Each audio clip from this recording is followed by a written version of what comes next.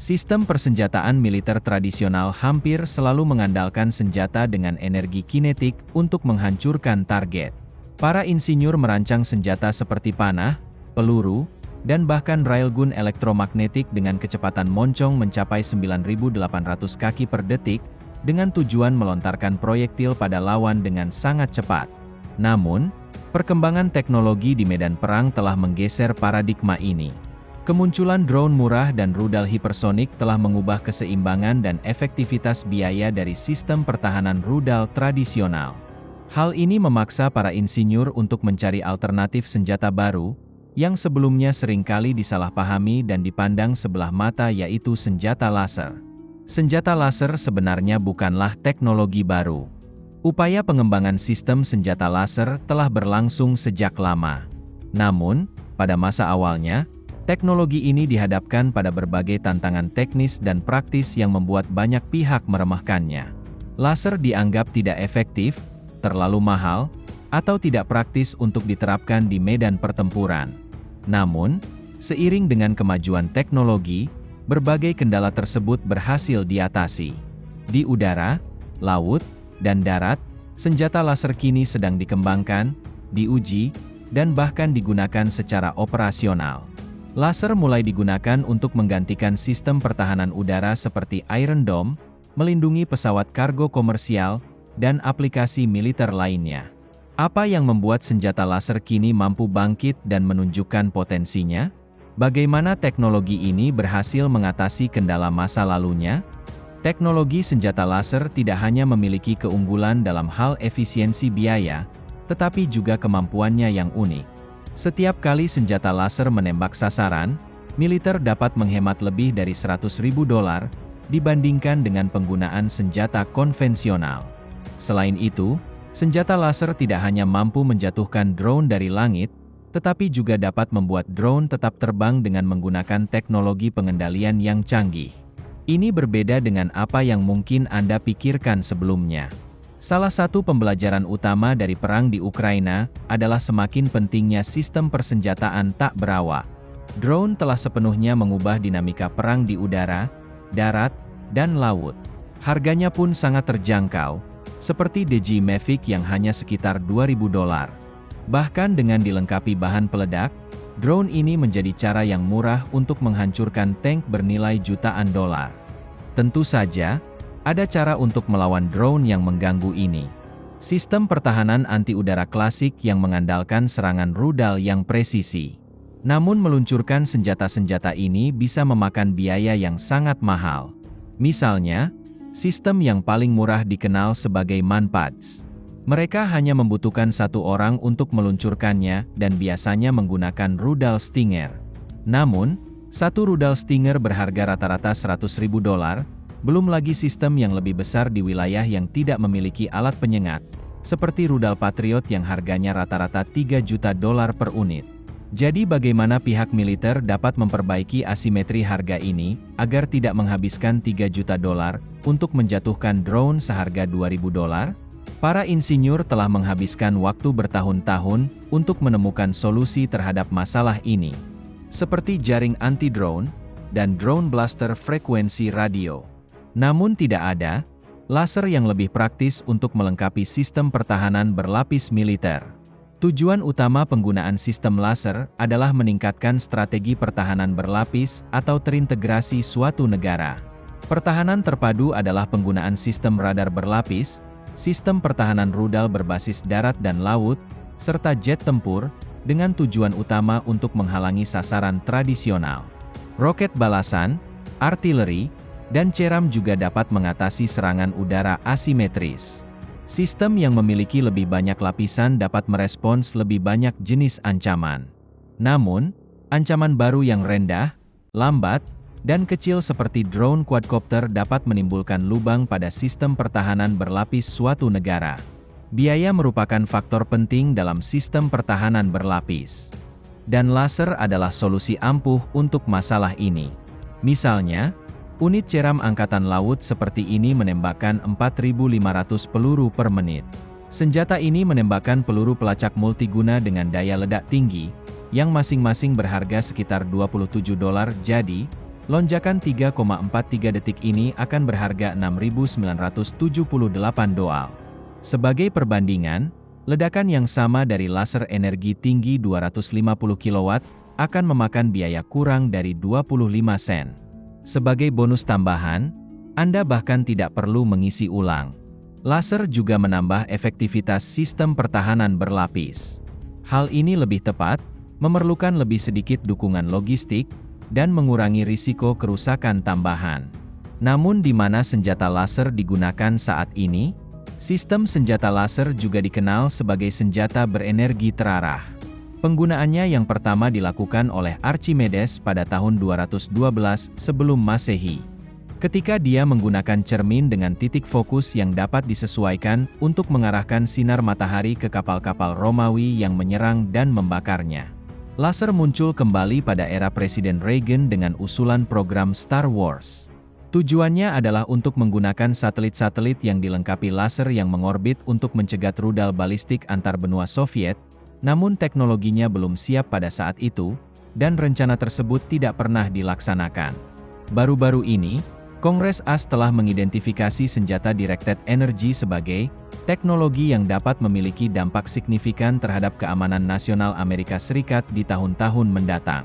Amerika Serikat, serta beberapa negara lain termasuk Jerman, Prancis, Inggris, Israel, Rusia, dan Tiongkok telah menguji sistem senjata ini selama 1 dekade terakhir, dan mengintegrasikannya ke dalam kemampuan darat, laut, dan udara mereka. Namun bagaimana sistem ini berevolusi hingga menjadi seperti yang kita lihat saat ini? Versi awal sistem senjata laser dikenal sebagai laser kimia, karena energinya diperoleh dari reaksi kimia. Ini adalah beberapa sistem laser terkuat yang pernah ada, namun memakan banyak ruang. YL-1 adalah salah satu dari sistem ini. Beroperasi penuh pada tahun 2010, senjata ini merupakan laser kimia besar yang dipasang di hidung Boeing 747 yang mampu menghancurkan rudal dengan pancarannya. Namun, sistem ini menghabiskan seluruh ruang kargo pesawat dan menghabiskan biaya lebih dari 2 miliar dolar. Itulah sebabnya sistem ini dianggap tidak praktis dan tidak terjangkau serta dihentikan pada tahun 2011. Beberapa pesawat militer, bahkan sipil, dan kargo dilengkapi dengan laser listrik yang lebih kecil dan kurang kuat yang disebut penanggulangan inframerah terarah. Metode ini menggunakan laser, bukan untuk menghancurkan rudal yang masuk secara langsung, namun untuk mengacaukan sistem pemandunya. Dengan menggerakkan laser, rudal tersebut kehilangan jejak sasarannya, sehingga menyebabkannya keluar jalur. Proses ini memerlukan penyiapan POD yang biasanya dipasang di bawah badan pesawat. Sistem peringatan rudal mendeteksi rudal, mengarahkan turret dengan kamera infrared, dan setelah rudal terlacak, laser akan menembak dan mengganggu rudal tersebut. Saat ini, laser listrik telah menjadi pusat perhatian berkat kemajuan teknologi. Sistem ini jauh lebih kompak dan skalabel dibandingkan dengan laser kimia. Dengan kata lain, keluaran dayanya bisa jauh lebih tinggi tanpa perlu memperbesar ukurannya, dan disebut HEL, laser berenergi tinggi. Di darat, sistem ini sedang dikembangkan oleh kontraktor militer seperti Raytheon untuk perlindungan terhadap ancaman udara jarak pendek seperti RAM dan juga target LSS baru dan berbahaya seperti gerombolan atau drone. Sistem ini bersifat modular dan dapat menghasilkan daya hingga 50 kW, yang dapat melelehkan drone plastik polimer dalam hitungan detik.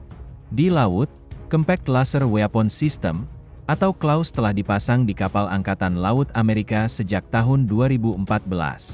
Output dayanya dirahasiakan, namun diperkirakan berkisar antara 50 kW hingga megawatt, dan jangkauannya jauh melampaui HEL modular Raytheon. Mengoperasikan kedua sistem laser ini sangat mudah dipelajari, menggunakan pengontrol seperti Xbox untuk membidik, mengunci, dan menembak sasaran. Meskipun harganya 5 kali lipat harga unit counter RAM tradisional, pengeluaran jangka panjang untuk sistem ini akan menurun seiring berjalannya waktu. Senjata ini mungkin jauh lebih maju secara teknologi sehingga lebih sulit untuk diproduksi, namun memiliki komponen bergerak yang jauh lebih sedikit dan tidak memiliki amunisi fisik berarti biaya logistik yang jauh lebih rendah, dan tembakan yang jauh lebih akurat. Namun laser tidak hanya digunakan untuk membunuh drone. Mereka juga terbiasa melatihnya menggunakan ikan. Ikan berenang secara berkelompok, yaitu kelompok besar yang berkumpul membentuk semacam awan, atau bahkan bisa disebut kawanan. Di sini, laser digunakan untuk melacak dan menstimulasi ikan tertentu untuk melihat bagaimana perubahan perilaku pada beberapa ikan menyebabkan perubahan perilaku pada seluruh kelompok. Para ilmuwan kemudian mengukur perubahan ini dan membuat model AI berdasarkan perilaku ini untuk melatih kawanan drone agar bergerak seperti sekelompok hewan hidup. Hal ini memungkinkan mereka menavigasi area baru, atau yang belum diketahui, hanya dengan menggunakan pergerakan kelompok yang lebih besar, dan tanpa memerlukan pengetahuan penuh tentang area tersebut. Ikan pada dasarnya mengajarkan drone bagaimana menjadi lebih mandiri. Namun penelitian ini masih dalam tahap awal, jadi bagaimana kawanan drone saat ini dapat melakukan navigasi secara mandiri? Jawabannya juga terletak pada laser pemetaan 3D. Pemetaan laser 3D baru-baru ini digunakan untuk memindai seluruh kapal. DARPA menggunakan teknologi yang sama untuk memindai gedung-gedung besar dan seluruh lingkungan perkotaan untuk melatih kawanan drone agar dapat menavigasinya dengan bantuan pembelajaran mesin. Program ini disebut offset. Proses ini dimulai dengan memetakan suatu area untuk membuat versi digitalnya. Pemindai lidar 3D ini mengambil hingga 1 juta foto per detik, sehingga menciptakan lanskap virtual yang sangat tepat. Komandan gerombolan manusia kemudian menggunakan headset VR untuk melihat lingkungan dan mengontrol simulasi drone untuk menetapkan rencana misi. Kemudian, drone mulai bekerja menggunakan kombinasi taktik gerombolan yang digerakkan oleh AI dan perintah manusia. Sistem offset menunjukkan perilaku kawanan tingkat lanjut yang terinspirasi oleh alam, seperti pengambilan keputusan kolektif, formasi penerbangan adaptif, dan penyembuhan diri. Pengoperasian drone dibatasi oleh jumlah daya yang dapat ditampung baterainya. Tentu saja, drone dapat kembali ke stasiun pengisian daya, lalu mengisi ulang dayanya dan kemudian dibawa kembali ke permukaan untuk terbang kembali. Namun berkat laser, drone dapat segera mengisi dayanya saat sedang melaju, tanpa harus kembali ke stasiun pengisian daya. Power beaming terdiri dari sinar laser yang menyinari penerima fotovoltaik yang disesuaikan dengan panjang gelombang laser. Penerima ini dapat mencapai efisiensi 1,5 hingga 2,5 kali lebih besar saat menggunakan sinar laser dibandingkan dengan sinar matahari. Para insinyur di Laboratorium Penelitian Angkatan Laut AS telah menguji teknologi ini sejak tahun 2017. Proyek ini awalnya dimulai dengan menyalurkan energi ke drone bawah laut melalui kabel optik, namun segera berkembang menjadi transfer daya di udara terbuka. Sistem ini mampu mengalirkan daya lebih dari 400 watt di dalam ruangan ke receiver yang berjarak lebih dari 1000 kaki. Meskipun hal ini mungkin tidak terlalu berarti, hal ini membuktikan bahwa sistem ini aman dan dapat diskalakan. Akhirnya, mereka dapat melakukan pengujian di luar ruangan dengan receiver yang kecil dan cukup ringan untuk ditempatkan di UAV. Metode perpindahan energi tanpa harus menggerakkan massa adalah hal yang revolusioner. Misalnya saja, hal ini akan mengurangi kebutuhan infrastruktur saat mendirikan basis operasi di masa depan, karena mekanisme pengkabelan dan transfer bahan bakar tradisional akan menjadi tidak berguna lagi. Power beam bersifat portable, senyap, dan tidak terlihat, serta memungkinkan transfer daya ke area yang biasanya tidak dapat diakses. Elemen-elemen ini membuatnya ideal untuk aplikasi militer. Tapi dari mana datangnya semua kekuatan ini? Permasalahannya adalah cahaya merambat dalam garis lurus, sehingga keterbatasan utama teknologi ini adalah garis pandang. Terima kasih telah menonton dan sampai jumpa.